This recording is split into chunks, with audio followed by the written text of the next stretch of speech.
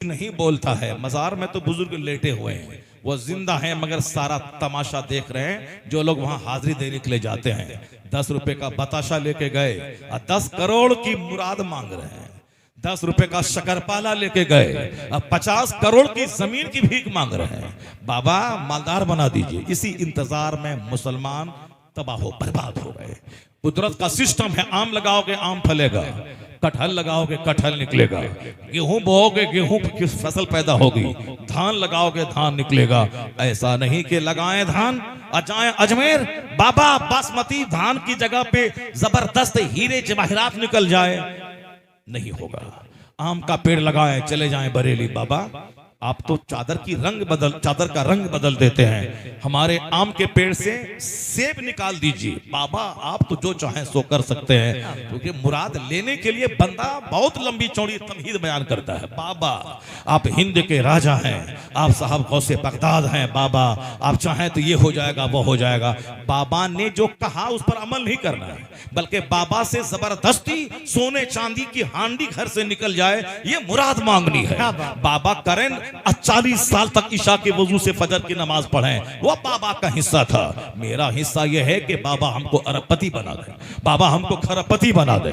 चाहे ईमान लूटे, दीन लूटे, तकवा लूटे, अमल लूटे, सब लूटे, लूट जाए, मगर माल चाहिए। जबकि सब मुसलमान जानते हैं हजरत सालिबा जो कबूतर मस्जिद का कहलाता था, जिनके पास इतनी गरीबी थी कि फजर की नमाज पढ़ के घर से मस्जिद से बाहर फौरन निकल जाता। हुजूर ने पूछा जल्दी जाने की वजह क्या है? कहा सरकार एक ही कपड़ा है, मैं पहन के नमाज पढ़ने के लिए आता हूँ, घर लौट के बीवी को जाके देता हूँ, वो उस कपड़े को लपेट के चादर लपेट के वो नमाज पढ़ती है। बोला, रोना शुरू कर दिया। कहा सरकार ने कि सब्र करो सालिबा। क्या मतलब? हुजूर के कहने का मतलब यही था, ये दुनिया तो पानी का एक बुलबुला है, आखिरत समंदर है, बस थोड़ा सा सब्र कर ले। दुनिया का 100 साल 1 मिनट है, 1 मिनट कष्ट झेल ले ताकि महासंख्यों बरस का आराम तेरा इस्तेकबाल करे। मगर हम जैसे लालायित और बेचैन लोगों को 1 मिनट का आराम चाहिए। चाहे खरबों साल आग में जले, चाहे वहां चमड़ी उधड़ जाए, चाहे खरबों साल आग में जले, वो चलेगा। अभी दुनिया में चाहिए गाड़ी, अभी दुनिया में चाहिए अच्छा कपड़ा, अभी दुनिया में चाहिए अच्छा खाना। इसलिए खाना पाखाना ये सब चल रहा है समाज में। लंगर का खाना, 11वीं का खाना, 12वीं का खाना, तीजा का खाना, 40वां का खाना, बरसी का खाना, वलीमा का खाना। साहब हमारे इलाके में एक गंदा इलाका है, वहां लाश पड़ी है जवान बेटी की, अब बाप बेचारा वो जानवर और चावल की तलाश में लगा हुआ है ताकि साथ जो जनाजे में लोग आए हैं मेहमान उनके खिलाने का इंतजाम हो। क्या घटिया रिवाज है साहब। उधर लाश पड़ी हुई है, इधर सब घर वाला गोश्त और चावल का इंतजाम कर रहा है। कितनी घटिया सोच है, सिर्फ खाना खाना खाना। साहब तीजा 40वां का इंतजार करना, कोई मरे कि तीजा में जाए और बिरयानी दबाएं, पूरी जिलेबी साहब जबरदस्त ढंग से दबाएं, उसी खाने के इंतजार में घूमता रहता है। खाएं और पखाना करें। जबकि अकाली सलाम ने क्या कहा था जब बादशाह मिस्र ने तबीब का तोहफा भेजा था, हुजूर ने तबीब को लौटाया, दूसरा तोहफा कबूल किया। कहा हमारे यहाँ लोग बीमार नहीं पड़ते हैं, क्योंकि हमारे यहाँ जब भूख लगती है तब लोग खाते हैं, और भूख रहती है बाकी खाना छोड़ देते हैं, इसलिए हमारे यहाँ लोग बीमार नहीं पड़ते। जिसके पैगंबर ने कम खाने पे जोर दिया, जिसका पैगंबर सारी जिंदगी कम खाता रहा, सहाबा कराम की एक जमात अहले बैते अतहार के घर में 3 दिन का फाका है। सैयदा फातिमा हजरत मौला अली रज़ी अल्लाह ताला अन्हो के घर में 3 दिन का फाका है। यहूदी के यहाँ से आटा कर्ज ला के रोटी तैयार हुई है। आवाज आई, ए मुस्तफा के घर वाले, एक मिस्कीन दरवाजे पे खड़ा है, दे दे। पानी पी के इफ्तार है, सारी रोटियां उठा के मिस्कीन को दे दी गई। दूसरे दिन रोजा है, फिर इफ्तार के टाइम में कोई आया, काफे नबी के घर वाले साहब एक यतीम दरवाजे पे खड़ा है, सारी रोटियां उठा के दे दी गई। फिर तीसरा रोजा चालू है, पानी पीकर अब फिर बाकी मांदा आटे से रोटी तैयार हुई है, इफ्तार के लिए बैठे हैं। दरवाजे पे एक कैदी आ गया, नबी के घर वाले, एक कैदी दरवाजे पे हाजिर है। आसमान में धूम मच गई।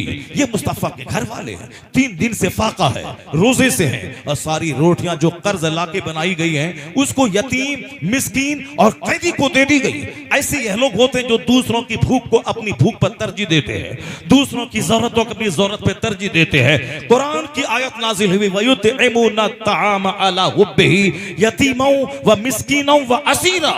ये यतीम, मिस्किन और कैदी को खिलाते हैं नबी के घर वाले। और खिलाने के बाद ये नहीं कहते हैं कि तुम मुसीबत में मेरा काम आना, मेरे घर में झाड़ू लगा के देना, अगर नहीं देगा फिर तुमको खाना नहीं खिलाएंगे। जैसे हम किसी मिस्किन को खिलाया, इफ्तार करवाया, मुंतजिर रहते हैं कि हमारा घर का कोई काम कर दे, नहीं किया तो दोबारा इसको सदका फित्र नहीं देंगे। ये हम जैसे जलीलों का ये काम है। वो नबी के घर वाले हैं। क्या कहते हैं? इन्नमा नुतइमुकुम लिवजहिल्लाह ला नुरीदु मिनकुम जज़ाअन वला शुकुरा। हम सिर्फ अल्लाह की मोहब्बत में तुझको खिलाते हैं, अल्लाह से शुक्रिया भी तेरी जबान से सुनना नहीं चाहते। इसका सारा बदला हम रब्बे करीम से कयामत के दिन तलाश करेंगे। ये है नबी के घर वाले जो भूखे रहकर गरीबों को खिलाते हैं। हम लोग सिर्फ खाने और पकाने में लगे हैं। साहब वलीमा का खाना है, आधी तेरी आधी मेरी, एक एक प्लेट 2-2 हजार रुपए की है। आधा खाया आधा फेंका। अपने घर में आधा केजी गोश्त मटन लाया और अपने घर के 10 लोग मिलके खा लिए। और वलीमा में गए तो 1 केजी गोश्त अकेले खा रहे हैं। लंगर में गए तो 1 केजी गोश्त अकेले खा रहे हैं। और साहब अपने घर में 1 सेब के काट के 5 लोग खा लिए। और वलीमा में गए तो वहां सेब आधा खाया आधा फेंका, बिस्किट आधा खाया आधा फेंका, रसमलाई आधी खाई आधा फेंका। ये क्या है? रिस्क की तबाही और बर्बादी बता रही है। आने वाला वक्त, आने वाला फाके का वक्त आ रहा है, गुर्बत का टाइम आ रहा है, जब ताने ताने को लोग तरसेंगे। जैसे सोमालिया में रिस्क की बर्बादी हुई तो अल्लाह ने वो दिन दिखलाया, सोमालिया के लोग सब एक कटोरा लेकर लाइन में लग के यूएनओ की तरफ से जो खाना बट रहा था उसके लेने के लिए बड़े बड़े जमींदार लोग पड़े हुए हैं, लाइन में लगे हैं, घंटों बैठ के इंतजार कर रहे हैं। खाना बट रहा है, 2 मुट्ठी खाना मिल जाए ताकि मैं खा के अपनी भूख मिटाऊं। जहां रिस्क की बर्बादी होती है अल्लाह ताला रिस्क वहां से छीन लेता है। इसलिए हुजूर ने कहा था, रोटी की इज्जत कर। जिस कौम से रोटी रूठ जाती है दोबारा उस कौम में नहीं आती है। बस काफिरों की तरह खाना, काफिरों की तरह चल चल के खाना, काफिरों की तरह लिबास, काफिरों की तरह जोकर की तरह बाल, काफिरों की तरह मर्द का सीने साथ, सोने का चैन, सोने की अंगूठी, औरतों का जींस टी शर्ट पहन के आवारा की तरह दूसरों का मुंह देखना, 10 मर्दों को सेना की दावत देना, ये काम कुफार और मुशरिकीन का हो सकता है। मुसलमान की बेटी मुसलमान के बेटों का नहीं, क्योंकि उसके यहाँ कोई मॉडल नहीं है। इसीलिए वह लोग कभी किसी करीना को देखें, कैटरीना को देखें, अमिताभ को देखें, अजय देवगन को देखें, क्रिकेटर को देखें, हॉकी खेलने वाले को देखें, किसी नाचने वाली को देखें। हमारे लिए मॉडल अल्लाह ने मुस्तफा को बनाया है, मुस्तफा के घर वालों को बनाया है। हमारे लिए मॉडल मुस्तफा के अहले बैत है। हुजूर कहते हैं मेरे सहाबा सितारों की तरह है, जिसकी पैरवी करेगा राह रास्त पाएगा। ये अहले बैत कश्ती नूह की तरह है, अहले बैत पे सवार हो जा। तुम्हारे दरमियान 2 चीज छोड़ के मैं जा रहा हूं, एक कुरान और एक अहले बैत। कुरान पढ़ना यह थ्योरी है,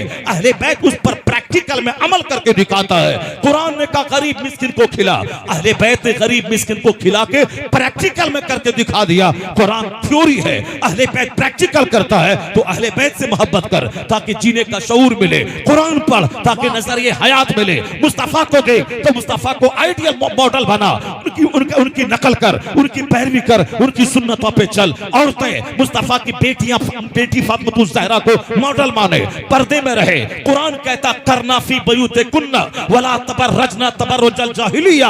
ए मुसलमान औरतों अपने घर में ठहरी रहो, जाहिलियत के दौर की तरह आवारा औरतों की तरह मारे मारे मत फिरो।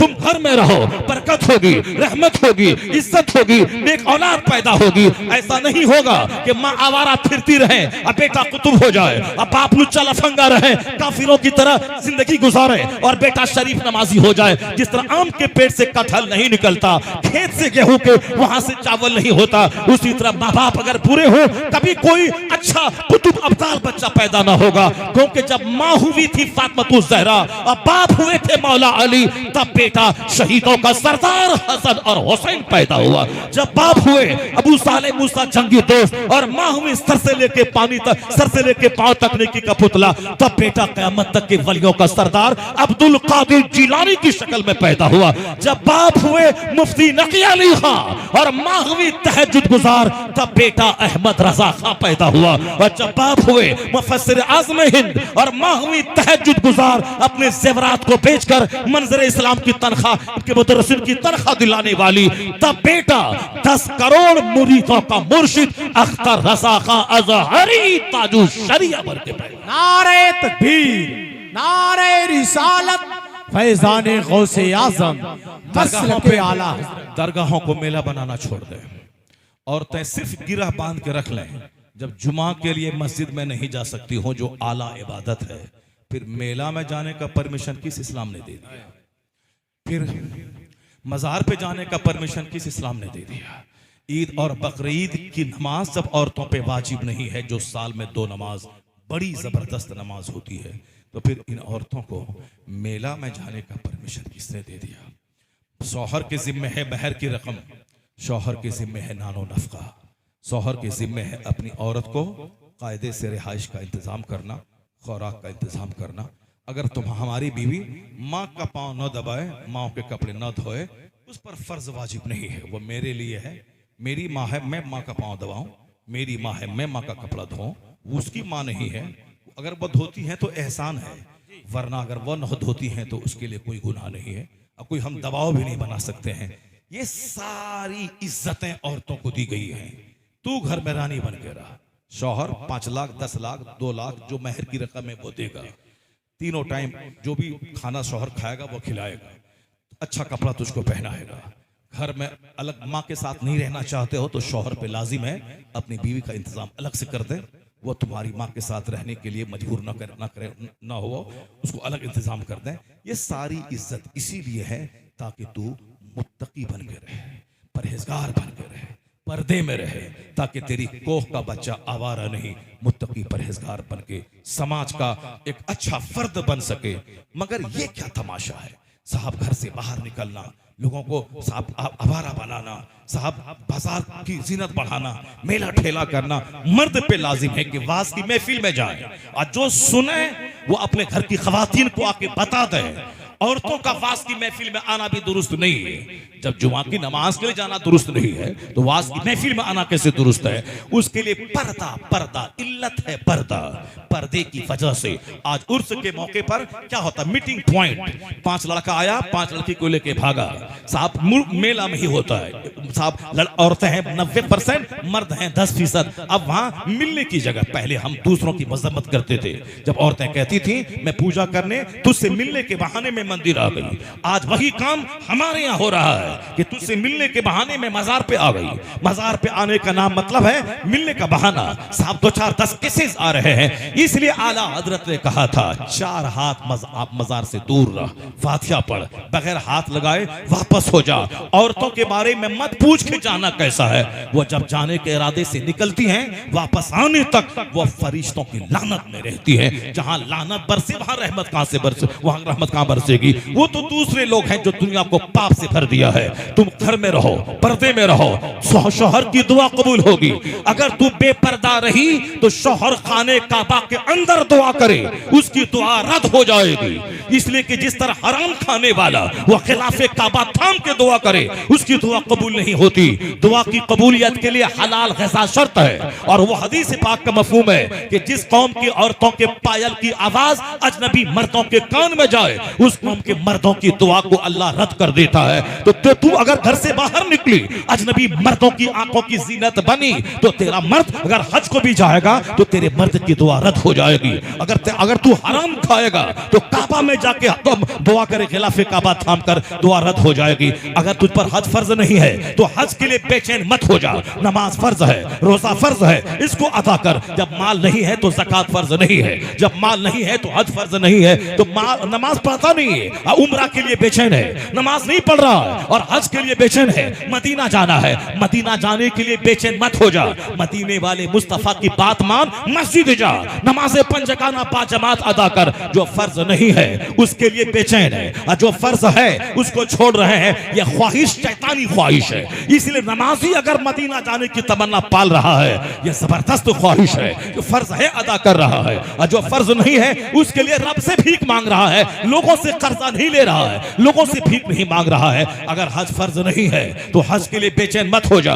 नमाज़े पंजगाना मस्जिद में जाके पढ़। हलाल खा के मोहल्ले की मस्जिद में अगर दुआ मांगेगा तो हराम खा के जो दुआ काबा में कबूल ना हो, हलाल खा के मोहल्ले की छोटी सी मस्जिद में दुआ मांगेगा, कबूल हो जाएगी। क्या बात है हजरत, वाह वाह वाह, सुभान अल्लाह सुभान अल्लाह। जिंदाबाद जिंदाबाद, नारे तकबीर, नारे रिसालत, फैजाने गौसे आजम, मसलके आला हजरत। इन्नल्लाह युहिब्बुल मुत्तकीन, अल्लाह मुत्तकीन से दोस्ती करता है, अल्लाह नेक लोगों से दोस्ती करता है।